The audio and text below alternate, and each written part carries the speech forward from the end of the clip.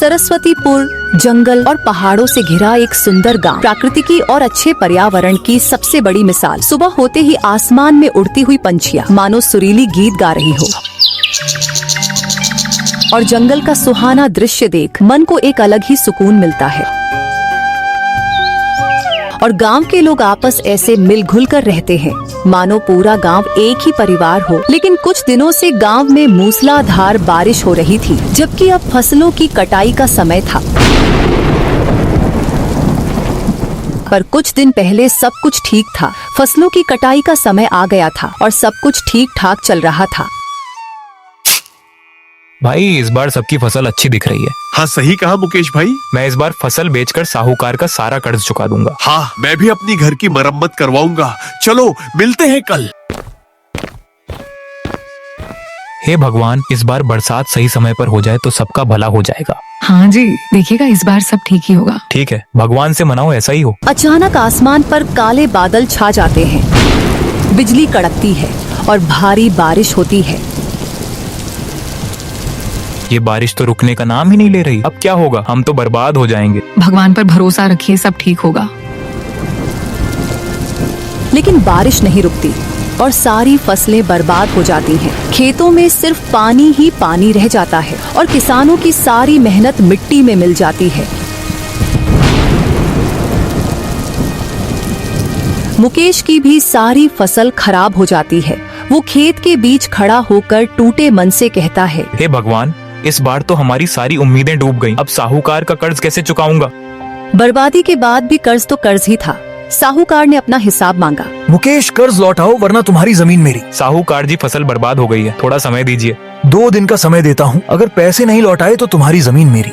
मुकेश बेबस था। उसने बहुत मेहनतें की लेकिन साहूकार नहीं माना। मुकेश घर वापस आता है और सारी बातें अपनी पत्नी को बताता है। 2 दिन का समय दिया है साहूकार ने, अगर पैसे ना दिए तो जमीन छीन लेगा। अब हम क्या करेंगे मुकेश? ये घर, ये खेत ही तो हमारी सारी उम्मीद थे। मुकेश चुपचाप बैठ जाता है। उसकी आंखों में आंसू छलक आते हैं। 2 दिन बीत जाते हैं और पैसों का इंतजाम नहीं हो पाता। मजबूर होकर मुकेश अपनी जमीन साहूकार को दे देता है। अब यह जमीन मेरी हुई, देख लिया, कर्ज ना चुका पाए तो क्या होता है। मुकेश चुपचाप वहाँ से चला जाता है। उसके कदम भारी हो चुके हैं, आंखों में आंसू हैं और दिल पर बोझ।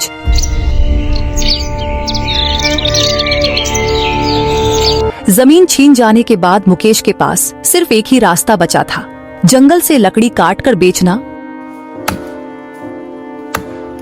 मुकेश रोज लकड़ियां काटता और उन्हें घर ले जाता, उन्हें बेचकर कुछ पैसे कमाता।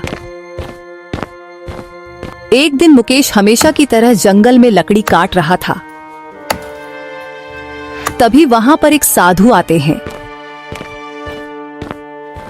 बेटा, मुझे बहुत भूख लगी है, तुम्हारे पास कुछ खाने को है क्या? नहीं साधु महाराज, मेरे पास खाने को तो कुछ नहीं है, पर मेरे पास 5 रुपए हैं। आप पास के ढाबे से भोजन कर लेना। मुकेश के पास और पैसे नहीं थे, फिर भी उसने वो 5 रुपए साधु को दे दिए।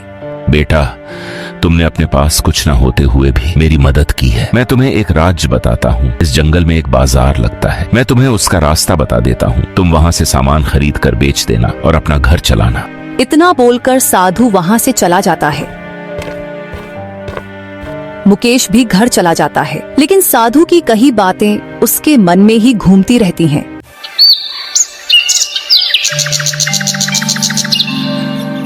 अगले दिन मुकेश किसी को बिना कुछ बताए चुपचाप जंगल की ओर निकल जाता है। मुकेश कांपते कदमों से आगे बढ़ता जाता है और साधु द्वारा बताए गए रास्ते को याद करते हुए चोर बाजार ढूंढने लगता है। मुकेश काफी देर जंगल में भटकने के बाद अचानक रुक जाता है। पेड़ों के बीच से एक चमकती हुई रोशनी और शोरगुल की आवाजें आती हैं।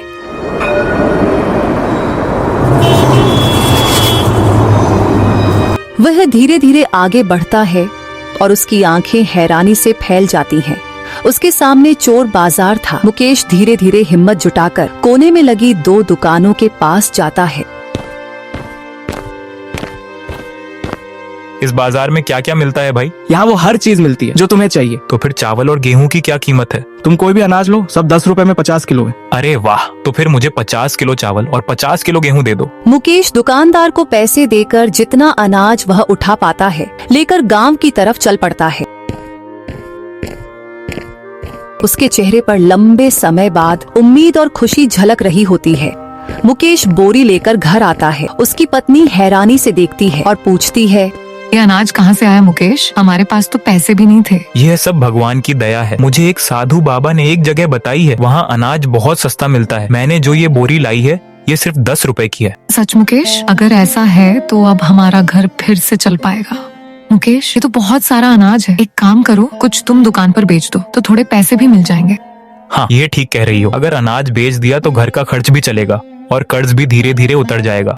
मुकेश अनाज की बोरियां उठाकर पास के किराना स्टोर पर जाता है। मुकेश बोरियां बेच देता है और उसके हाथ में अच्छे पैसे आ जाते हैं। उसके चेहरे पर संतोष और उम्मीद की चमक आ जाती है।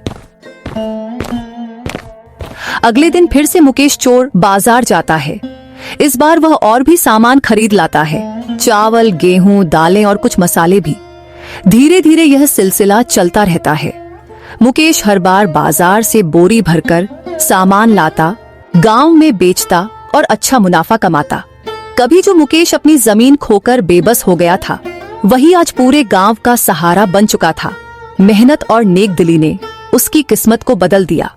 जिस इंसान के पास अपने बच्चों को खिलाने तक के लिए अनाज नहीं था, अब वही इंसान अपना घर, अपनी दुकान और अपनी पहचान बना चुका था।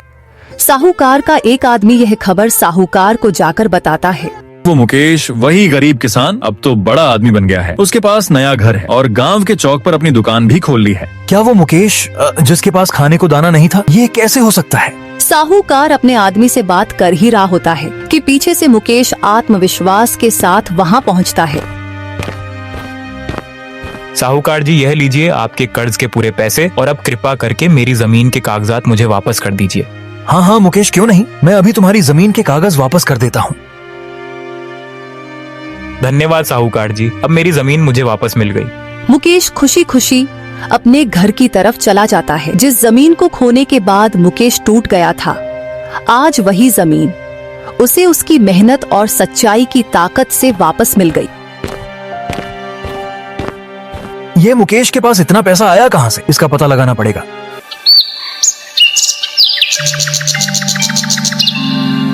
अगले दिन जब मुकेश चोर बाजार के लिए जंगल की ओर निकला तो उसे यह पता नहीं था कि कोई उसकी हर हरकत पर नजर रख रहा है। साहूकार चुपके चुपके उसका पीछा कर रहा था।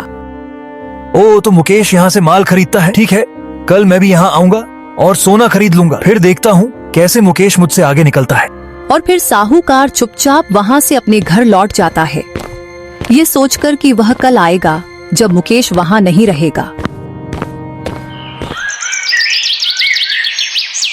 अगले दिन साहूकार चोर बाजार के लिए निकल जाता है। अरे, ये चोर बाजार किधर गया? कल तो यहीं था। साहूकार इधर उधर देखता है लेकिन उसे कुछ भी नहीं मिलता। वह हैरान और गुस्से में खाली हाथ अपने घर वापस चला जाता है। साहूकार घर जाकर भी जंगल के चोर बाजार के बारे में ही सोच रहा था।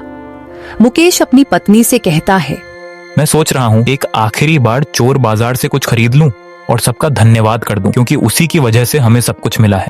जैसा आपको ठीक लगे। मुकेश जंगल के रास्ते पर जा रहा होता है कि तभी उसे वही साधु मिलते हैं जिन्होंने उसे चोर बाजार का रास्ता बताया था। प्रणाम साधु महाराज। कहाँ जा रहे हो बेटा? मैं चोर बाजार की तरफ जा रहा हूँ।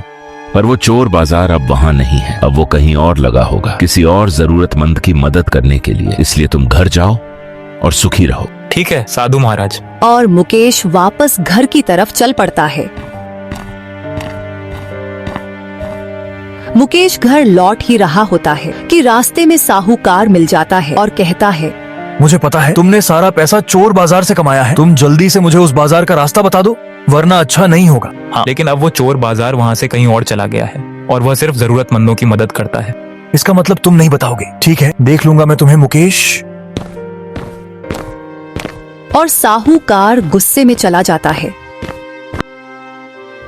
अगली रात जब मुकेश अपनी दुकान बंद करके घर चला जाता है,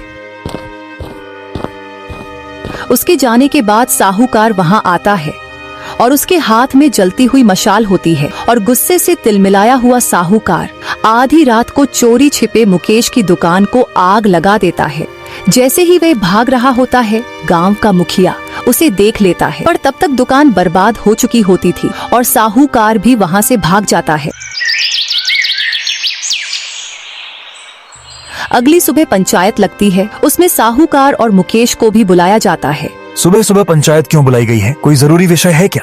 हाँ, कल रात किसी ने मुकेश की दुकान जला दी है, उसी बारे में सब चर्चा कर रहे हैं। ये मुकेश की दुकान किसने जलाई? कौन है वो आदमी? मुझे बताओ, मैं उसे छोड़ूंगा नहीं। साहूकार जी, इतने भोले मत बनो। कल मैंने तुम्हें मुकेश की दुकान जलाते हुए देख लिया था। और हाँ, कल ही इसने मुझे धमकी भी दी थी। बोलो साहूकार, तुम्हारा क्या कहना है इसके बारे में? हाँ, मैंने ही गुस्से में आकर मुकेश की दुकान जलाई थी। मुझसे उसकी तरक्की देखी ही नहीं गई। साहूकार, तूने जमीन छीनी, कर्ज के नाम पर लूटा और अब दुकान भी जला दी। तू गांव में रहने लायक नहीं है। गांव वालों गुस्से से नहीं, सच्चाई और मेहनत से ही इंसान जीतता है। साहूकार ने अपनी गलती मान ली है, अब उसे माफ कर दो। हाँ, पर साहूकार, तुम्हें मुकेश की दुकान दोबारा बनवानी पड़ेगी और गांव के सब किसानों का कर्ज आधा करना पड़ेगा। ठीक है, जैसा आप सब कह रहे हैं मैं वैसा ही करूँगा। अन्याय चाहे कितना भी बड़ा क्यों ना हो, जब लोग एकजुट होकर खड़े होते हैं तो सच की जीत और बुराई की हार तय हो जाती है।